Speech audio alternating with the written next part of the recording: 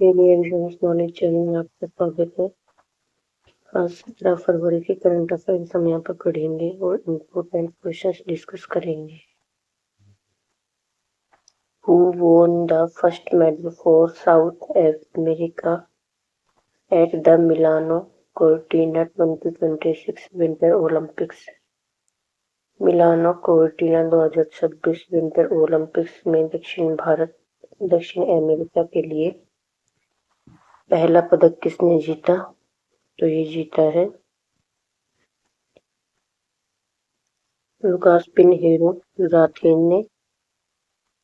इन्होंने alpine skiing के giant slalom में स्वर्ण पदक जीता है।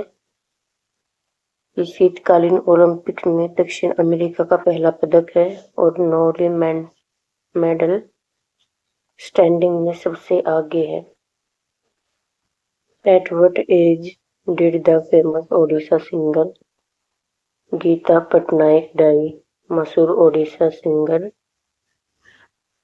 गीता पटनायक का कितने साल की उम्र में निधन हो गया? तो ये हो गया है 73 वर्ष की उम्र में। दिग्गज ओडिया सिंगर गीता पटनायक का 73 साल की उम्र में निधन हो गया, कटक में ब्रेन स्ट्रोक के बाद। ओडिया म्यूजिक की मशहूर आवाज जिन्होंने फुरकीना उदिमाला बानी जैसे गानों के लिए जाना जाता है और कटक के निजी अस्पताल में इलाज के दौरान उनकी 15 फरवरी को निधन हो गया। और डेविड जे फार्बर जिन्हें इंटरनेट के दादा के नाम से जाना जाता है, उनका भी 91 साल की उम्र में निधन हो गया है। India WPI inflation rate rose to what percentage in January? जनवरी में भारत की WPI महंगाई दर बढ़कर कितने परसेंट तक पहुंच गई है? तो पहुंच गई है 1.81% और दिसंबर 2025 में 0.83% थी। 10 महीनों के उच्चतम स्तर पर पहुंच गई है ये। इसमें खाद्य महंगाई दर है 1.41%। विनिर्मित उत्पाद है, इसमें महंगाई है 2.86।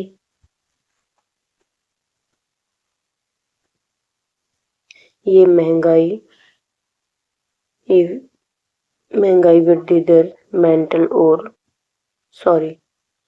मेटल और मैन्युफैक्चर्ड उत्पाद की कीमतों में बढ़ोतरी के कारण हुई है।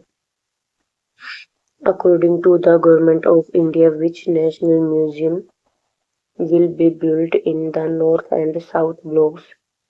भारत सरकार के अनुसार नॉर्थ और साउथ ब्लॉक में कौन से नेशनल म्यूजियम बनेंगे? तो ये बनेगा युगे युगिन भारत राष्ट्रीय संग्रहालय। नई दिल्ली में नॉर्थ और साउथ ब्लॉक को केंद्र सरकार द्वारा युगे युगिन भारत राष्ट्रीय संग्रहालय के रूप में विकसित किया जाएगा। ये परियोजना लगभग 155,000 वर्ग किलोमीटर में फैलेगी। ये दुनिया के सबसे बड़े संग्रहालयों में से एक होगा और ये रायसीना हिल पर स्थित है, जहां से अब प्रधानमंत्री कार्यालय सेवक तीर्थ में स्थानांतरित हो गया है। ये संग्रहालय भारत की 5,000 साल पुरानी सभ्यता और संस्कृति को प्रदर्शित करेगा। Recently, how many years have been completed under the PM सूर्य घर फ्री इलेक्ट्रिसिटी स्कीम? हाल ही में PM सूर्य घर मुफ्त बिजली योजना के कितने साल पूरे हो गए हैं? तो हो गए हैं 2 साल। इसे लॉन्च किए हुए 2 साल हो गए हैं और 75,021 करोड़ के बड़े खर्च के साथ ये शुरू की गई थी। इसका उद्देश्य है 1 करोड़ घरों की छत पर सौर ऊर्जा के माध्यम से प्रति माह 300 यूनिट तक मुफ्त बिजली प्रदान करना।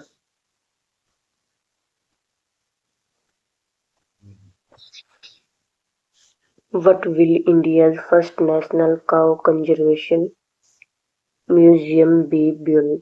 भारत का पहला राष्ट्रीय गौ संवर्धन संग्रहालय कहाँ बनेगा?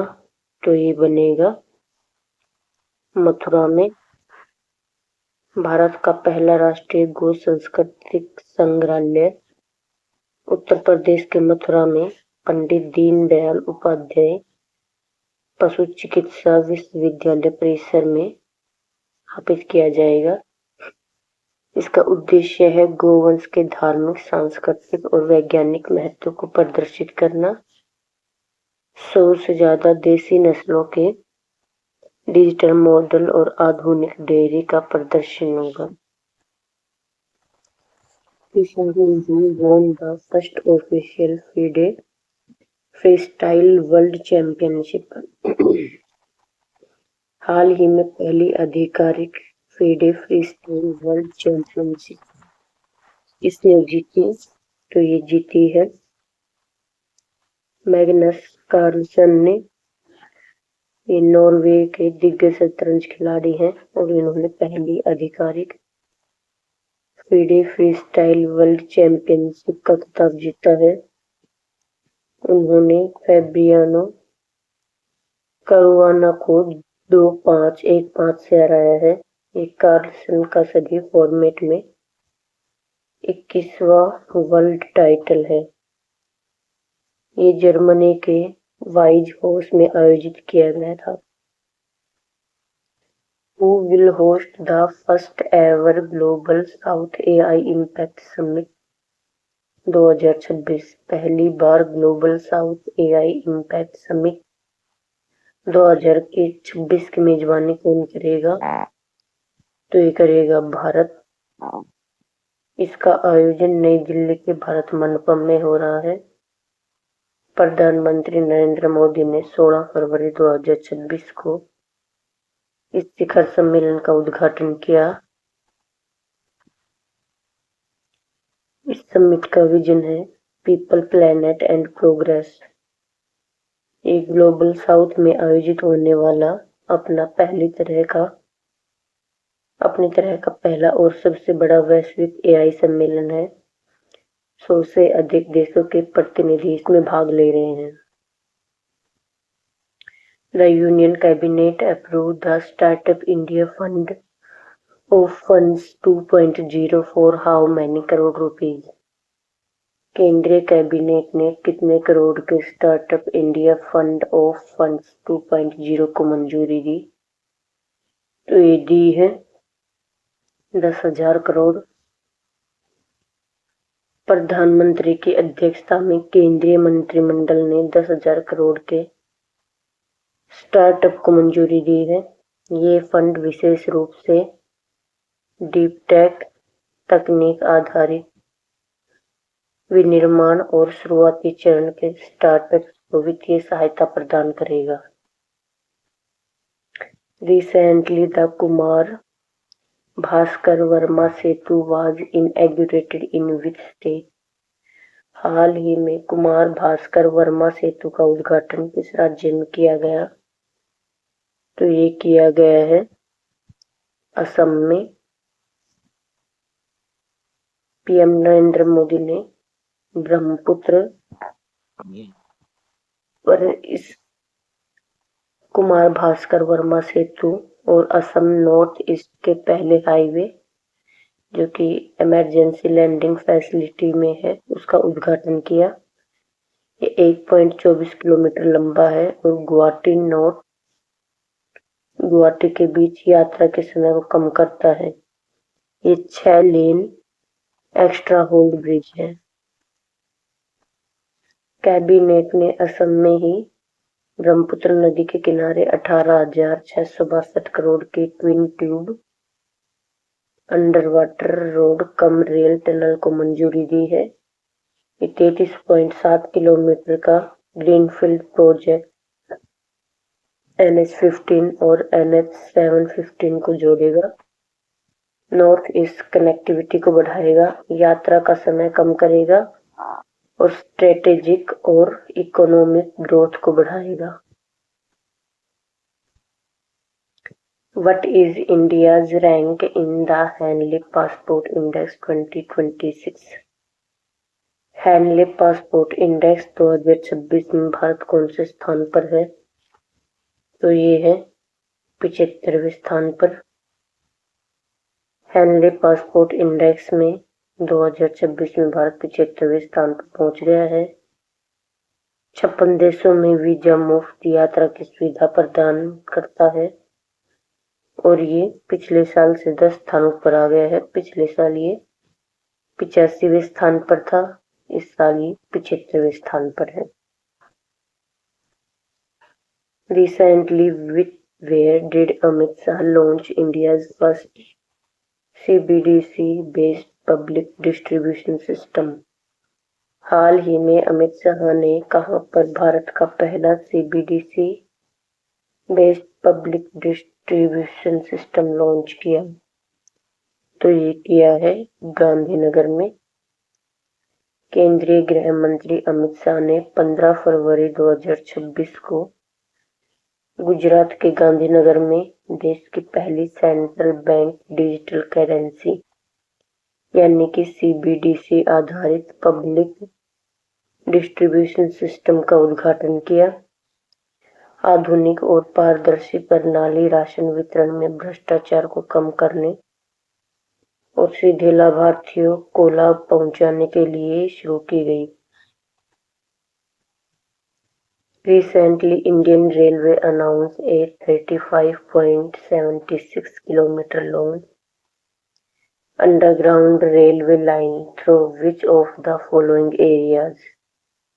हाल ही में इंडियन रेलवे ने कहां पर 35.76 किलोमीटर लंबी अंडरग्राउंड रेलवे लाइन की घोषणा की है? तो ये की है सिलीगुड़ी कॉरिडोर में। भारतीय रेलवे ने पश्चिम बंगाल के सामरिक रूप से महत्वपूर्ण सिलीगुड़ी कॉरिडोर के माध्यम से 35.76 किलोमीटर लंबी रेलवे लाइन की घोषणा की है। ये प्रोजेक्ट दार्जिलिंग जिले में तिनमाइट-होट, रंगपानी और बागडोगरा को जोड़कर पूर्वोत्तर भारत के लिए सुरक्षित संपर्क सुनिश्चित करेगा। ये प्रोजेक्ट चिकन नेक क्षेत्र में रक्षा लॉजिस्टिक्स को मजबूत करेगा और इसमें 2 सुरंगें शामिल हैं। Recently, who was elected president of the ICAI? हाल ही में ICAI के प्रेसिडेंट कौन चुने गए हैं? तो ये चुने गए हैं प्रसन्ना कुमार डी। 12 फरवरी 2026 को चार्टर्ड अकाउंटेंट्स की शीर्ष संस्था ICAI ने वर्ष 2026-27 के लिए CA प्रसन्ना कुमार डी को अपना 74वां नया अध्यक्ष चुना है। शरणजोत सिंह नंदा का इन्होंने स्थान लिया है। फरवरी में अब तक के जितने भी अपॉइंटमेंट हुए हैं लगभग हम उन सबको रिवाइज करेंगे। दिवाकर जयंत ने नौसेना आयुध महानिदेशक का पदभार संभाला है। कैबिनेट की अपॉइंटमेंट्स कमेटी ने डिपार्टमेंट ऑफ डिफेंस में डायरेक्टर के तौर पर एम अनीता के अपॉइंटमेंट को मंजूरी दी है। सोरैया अघाई हाजी आगा की को IOC की 107वीं मेंबर चुना गया है। RBI ने R विजय आनंद को सिटी यूनियन बैंक का नया MD और CEO बनाने की मंजूरी दी है। दिल्ली खेल महाकुंभ में क्रिकेटर शिखर धवन को ब्रांड एम्बेसडर बनाया गया है। रोहित कुमार सिंह को USIFPF global venue chain initiative का चेयर बनाया गया। केंटाकोन को टोयोटा मोटर कॉर्पोरेशन का नया प्रेसिडेंट और CEO बनाया गया। रोहित ऋषि को IIFCL का मैनेजिंग डायरेक्टर बनाया गया और पहले विजुअली चैलेंज जज के तौर पर थान्यानाथन सी केरल के पहले जज बनने वाली है। राजस्थान फाइनेंस मिनिस्टर दिया कुमारी presented a budget of how many lakh crore rupees for the fiscal year 2027। Rajasthan की वित्त मंत्री दिया कुमारी ने वित्त वर्ष 2027 के लिए कितने लाख करोड़ रुपए का बजट पेश किया है? तो ये किया है उन्होंने 6.11 लाख करोड़ का। बी ऑप्शन है इसका। राजस्थान की उप मुख्यमंत्री और वित्त मंत्री दिया कुमारी ने 11 फरवरी को विधानसभा में वित्त वर्ष 2026-27 के लिए लगभग 6.11 लाख करोड़ का बजट पेश किया है। ये पिछले वर्ष की तुलना में 9.37% अधिक है। इसमें 36,000 हेक्टेयर भूमि को विकसित करने के लिए 600 करोड़ आवंटित किए गए हैं।